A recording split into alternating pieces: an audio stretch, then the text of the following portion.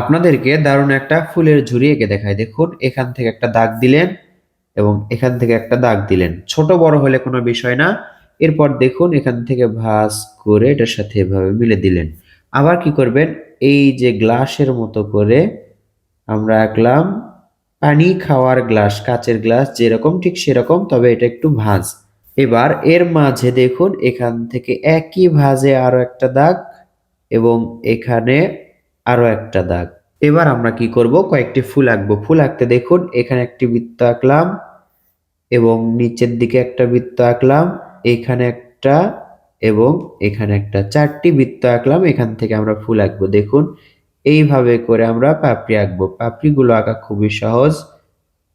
এই যে দেখুন একটি ফুল আরেকটি ফুলের সাথে লেগে যাচ্ছে, যেমনটাই হোক আমরা পাপড়িগুলো আঁকবো নিচে অথবা উপরে দিয়ে।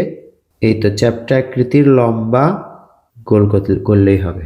এবার দেখুন এখানে আমরা পাতা আঁকবো। পাতার একটা শেপ করব।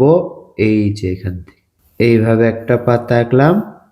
এরপর এই পাশে আরো একটি পাতা আঁকলাম এবং এখানে একটা।